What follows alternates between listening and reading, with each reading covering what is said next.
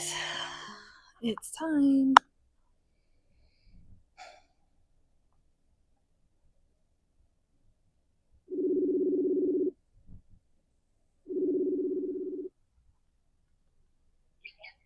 Hello. Hey. Hey, Ray Ray. How you doing? I'm good. How are you? I'm good. I'm good. Good. Oh, Lord, how was work? Uh, it was okay. I know that feeling. What? Being a bar manager, bartender, it's a little overwhelming. Mm-hmm. But you probably know about that too, don't you? Yeah, with management experience, yes. Yes. Okay. So what do you wanna ask? Uh, what do I want to ask? Okay, so who was Tammy when she had to make this decision? Like what were you going through? What do you remember about that time in your life when you were pregnant with me? I never thought about having an abortion. Mm-hmm. Never. Um, but your father was married at the time. Okay. Mm-hmm. And at first, I did not know your father was married, but his wife happened to be in the doctor's office with me. And that's Mm. how I found out he was married because she happened to be sitting, I don't know if she was sitting beside me or in the other chair, and he happened to call her, and his picture popped up on her phone and it said hubby or husband or something like that. I mean, I knew he was the father. Uh, he wasn't mad about me being pregnant at all. We just lost contact after the fact because of the situation. I guess I don't know how true that is because I didn't ask him. Yeah, yeah. Yeah. So I mean, I know from what I understand, when he went to prison or went to jail. I don't know nothing about that either. Y'all had But I already never. did y'all already Yeah. stop talking at that point and Oh stuff? God. Yeah. Oh yeah. Mm-hmm. Oh yeah. Yeah. So with you and my dad, y'all were dating. Yes. Okay. We were in a full fledged relationship, Relationship. which we shouldn't have been, but we were. Yeah, yeah, yeah. Okay. And then he found out that you were pregnant. And then what was that conversation like between y'all when he found out you were pregnant? I don't think he was mad about it, but it was very uncomfortable because I knew that he was married. I don't think we should have really sat down and really talked about it, but we Yeah. did. Yeah. Yeah. Yeah, we didn't. And and the thing about it is, nobody was there. Right. Nobody knows. Right. Nobody knows what me and your father went through. Yeah. So when I was pregnant with you, Mm-hmm. I was having seizures. Mm. So when I was like, I think 30 weeks, I fell through a coffee table when I was pregnant with you. Mm. And I kept you for 3 months. And then I met Squiggy's mother and we kind of talked. And that's how I came to the realization that I couldn't take care of you. And she said, I will adopt you. Squiggy's mom adopted you first, Mm-hmm. and then she passed away, Mm-hmm. and then Squiggy adopted you. When you found out you were pregnant with me, how were you feeling given the circumstances? Well, let me tell you this. I was fertile myrtle. I was on the Norda plant and the shot with when I got pregnant with you. That's Mm. how fertile I was. I went into the doctor's office to get my shot, and they told me I was pregnant. I said, how the fuck is that possible? Right. So that's the same thing with your sisters. Mm. When with Jonathan, that was just accident. That was just I don't know if it was a purposeness, but or accident or whatever. But the boys, that was just meant. I mean, it just happened. But after I had Matthew, I got on the pill and the shot. The pill was not going to work by myself. So the three girls, your sister's was completely accident because I was on the Northern and I was taking the shot. I had that thing inserted in my arm. They had to take it out every time I got pregnant. Oh, wow. So that was what, me, Alicia, and Destiny? Yes. Oh, wow. Yeah. So I know none of that worked. So when you were pregnant with me, is that when, like, later down your pregnancy? Because you just mentioned like at 30 weeks, that stuff was happening. Is that when you started thinking about adoption? No. Your grandmother, my mom. Mm-hmm. I had so many people on my side going to help me with you that I wasn't concerned.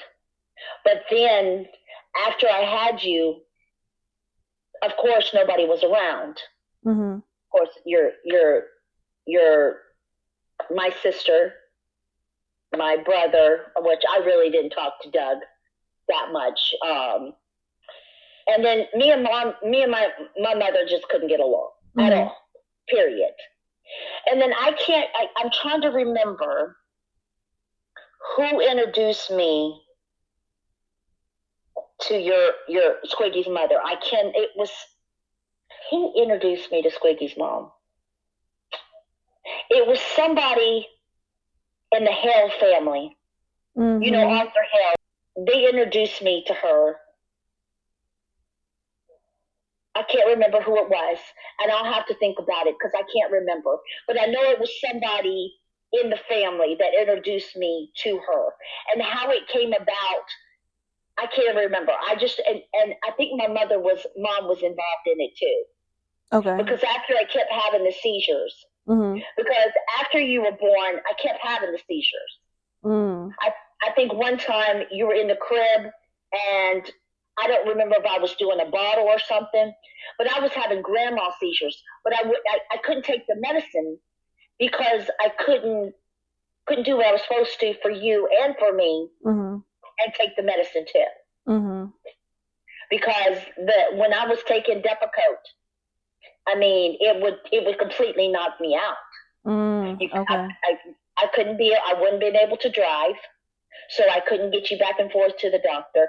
And that's when I came to this decision that I can't take care of her the way she should be taken care of. And I know when you were growing up, a lot of things were said. I was never on drugs. I never drank. I don't do drugs. I don't drink. So I didn't give you up because of anything like that. I wanted better for you, and I could not give it to you at the time. And then I know I can understand you feeling some kind of way when I had another baby. But then I was on the medicine, and I got myself together where I could function and take the medicine. But don't think I did not have. I still had seizures. What I did with you was, if I could go back, I would have never given you up. I would have kept you. But I was so scared, and I was so young. I was stupid. I was so stupid. Do I regret giving you up? Yes. But seeing how you are now, and how Squiggy raised you, and how phenomenal of a woman you are, I'm not mad. I know you're probably still a little angry with me and mad with me, and I don't blame you. I would too be. But you're just phenomenal. And I don't know if I could have given you what Squiggy has given you because of the situation I was going through with my health. So I made I've made several mistakes with you. I made them, and I'm not going to lie and say that I didn't. Not that I didn't love you. I loved you enough to know that I needed to do this. Yeah. Yeah. But I know it's. I knew it was hard. I heard that you when you were growing up, why'd you give her up and you kept Destiny, and I don't blame you for that. I don't blame you for that. But if I could go back and switch it, I would have switched it in a heartbeat. When you met my grandmother, when you met Maddie, what was that conversation like between y'all? Maddie is Leon's mother. Maddie is Squeaky's mom. Oh, oh my God, that was so long ago. I did they did I go to them? I think we met. We might have met at that church. Okay, at New Dimensions. Yes, Mm-hmm. yes, and I think we sat there and just talked and talked and talked, and I knew. Well, first of all, I knew I wouldn't have been able to give you up just to someone that didn't know the family. Mm-hmm. I wouldn't have been able to go and got an attorney and just gave you to some random family. I wouldn't Mm-hmm. have been able to do that. So when I met her, she was just, I just knew that she was the right person to take, that she would take care of you. Mm. But if I, could go back and think about, her adopting you and then all of a sudden her dying, I mean, that was just, and then Squiggy coming in and saying she wanted to, Mm-hmm. because by then we were like, what's going to happen? Right. Yeah. We were preparing. I was preparing for you to have to come back, which would have been fine. I would have figured it out, Mm-hmm. but I was scared to death because I didn't know. Me and you in the house by ourselves. Mm-hmm. That was the scary part. Yeah. Because just hypothetically, if I would have had a seizure and died in the house, you'd have been in that house by yourself. Right. And that was the fear. That was the fear. Am I gonna? Because my apartment was upstairs. Going up the stairs with you. Am I gonna? Is it gonna have a seizure and something gonna happen? Mm-hmm. It wasn't an overnight thing for me to just to get you up. Yeah. It wasn't overnight, Rachel. And when I named you Liana, it's because your dad said you would name her after me, right? I'm like, sure. Yeah, I need you to name her after me. I'm like, okay. So that was the closest thing that I could think of to name you as Liana. And I really wish they would have kept that for you. But mm-hmm. Yeah. Yeah. I think when I talked to my mom about it, she was like, her grandma's reasoning was she wanted me to ensure that I had a new beginning. And so yeah, I was like, I get it. But then when I met my dad and I was like, oh my God, his name is Leon, like, duh, that's the reason. Then I was like, y'all should have kept my name. But they were like, we're sorry. We're sorry. We just wanted you to have a fresh start and we didn't want you to feel connected to something that, wasn't around all the time and always be having that, on you. And so I was like, no, I get it. I do get it. For you emotionally during that time, like, what was that process? And like, after you met them and then like the decision was kind of made, they were there when I was born, right? Or they were around during that time? No. God, let me think about that, Rachel. Because you met them while you were pregnant, right? Did I meet them while I was pregnant?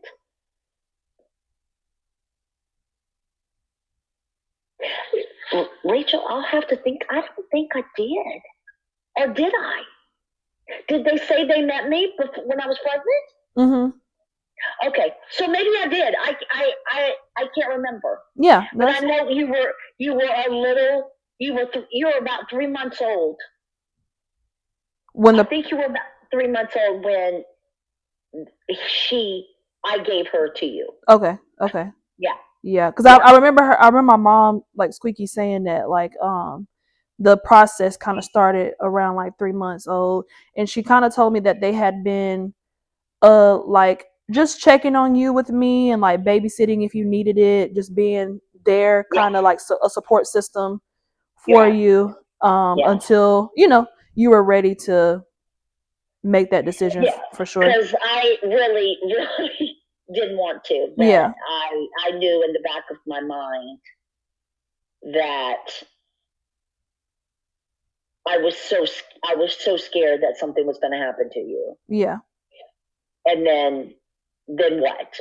You would have been gone, and it had been my fault. Did you feel So like for you outside of them, did you feel like you had support when you were making that decision?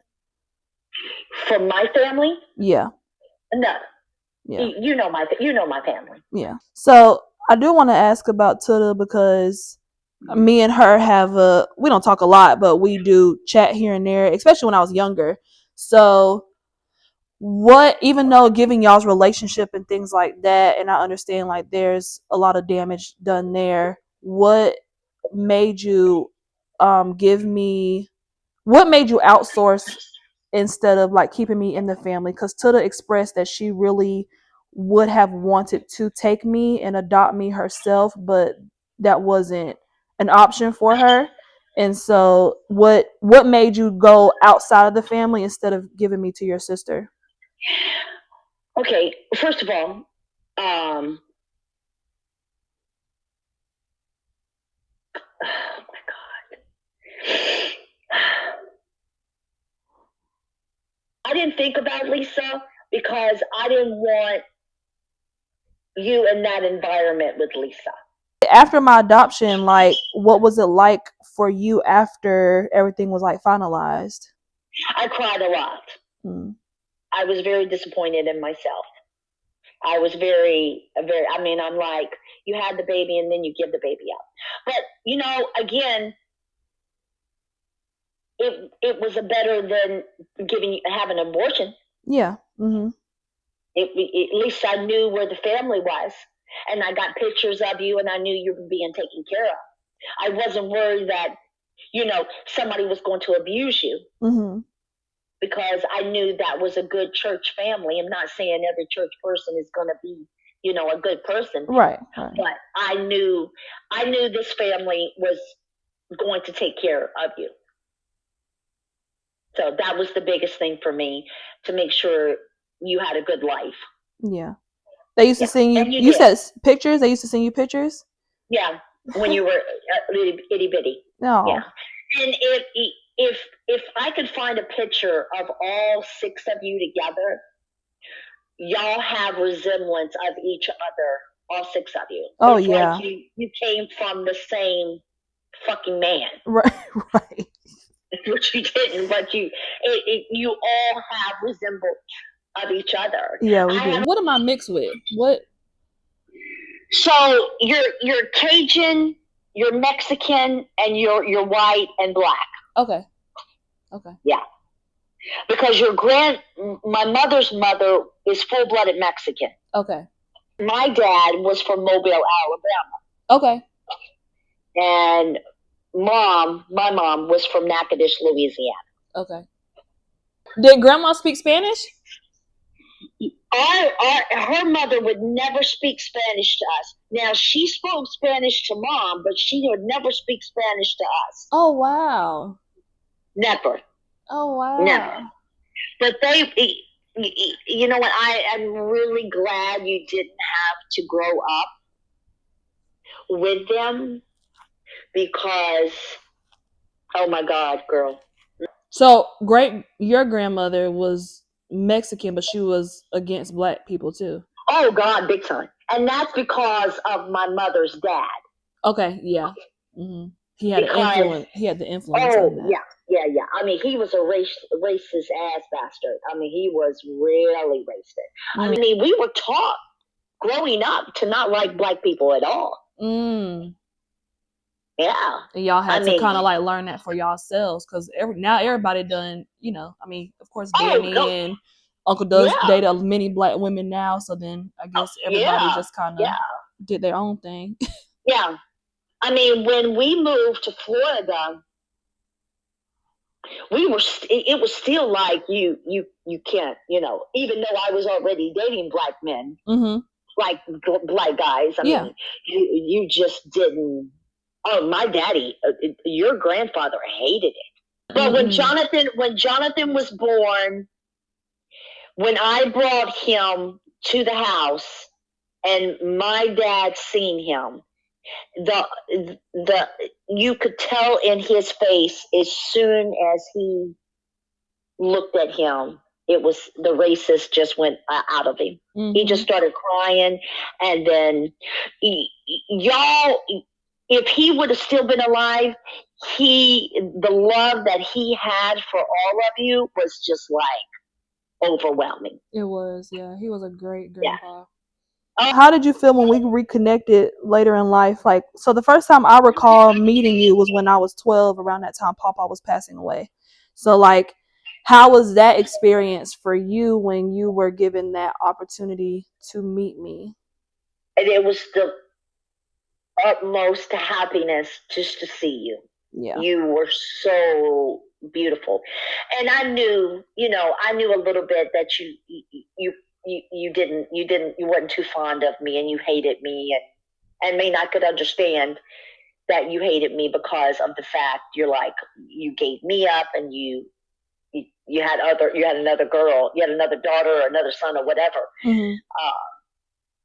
And I can understand why you would feel that way, and I still do. I mean, I know that you probably have a little animosity, and you're still a little angry, but I did it for you. Yeah. I truly did it for you, not because I wanted to go out and party, because hell, I don't even do that. Even back then, I wasn't a partier. I mean, I worked at clubs, of course, but I worked at clubs. I didn't go out clubbing. I wasn't in the street. But it was just overjoyed. I was a kid. I was a widow at 23. Yeah, that's a lot. And no excuses, but that's something I thought about too. Like, me being 28, these were decisions that you were making at 27, and you already had 4 kids before me. So I know that is just, you were already dealing with a lot at being in your 20s alone, having to make a lot of adult decisions. My mom always tells me, and I'll tell you as well, like, she just is so thankful that that she has me, and she just always says that you gave her something that she couldn't give herself. So she always is very thankful that she knows it was a hard decision for you, and it has been very much a journey and a challenge for me. Even her raising me, I've given her some issues, but at the end of the day, she's just always been very thankful for what you've done for her. So yeah, I mean, she's the attention and the love that she has for you. When we talk, you can feel it in her voice, how much love she has for you. Yeah. I'm so glad you didn't have to grow up like I grew up, because it was not a good environment. Yeah. I was going to say, is there anything that you've always wanted me to understand about your decision that I may not know?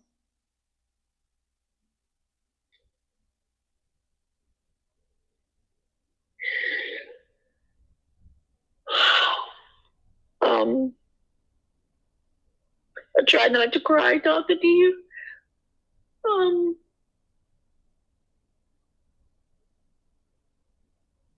I remember giving birth to you and looking at you and being like, thinking that you were going to be my last child. I was not going to have anymore.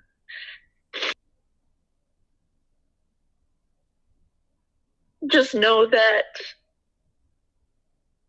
no matter what anybody tells you, I loved you dearly, and I still do. And the regret I have giving you away tormented me for years. But no, I didn't want to give you up. And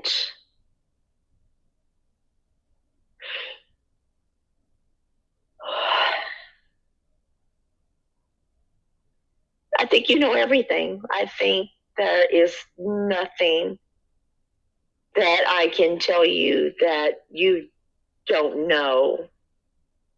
It was the hardest thing for me to ever have to do. But I knew, again, I didn't want anything to happen to you. But if they wouldn't have come into my life, I wouldn't have gave you up. I would have kept you and did the best thing. I would have done what, or tried to do the best I could. I don't think there is. Okay. I don't think there is.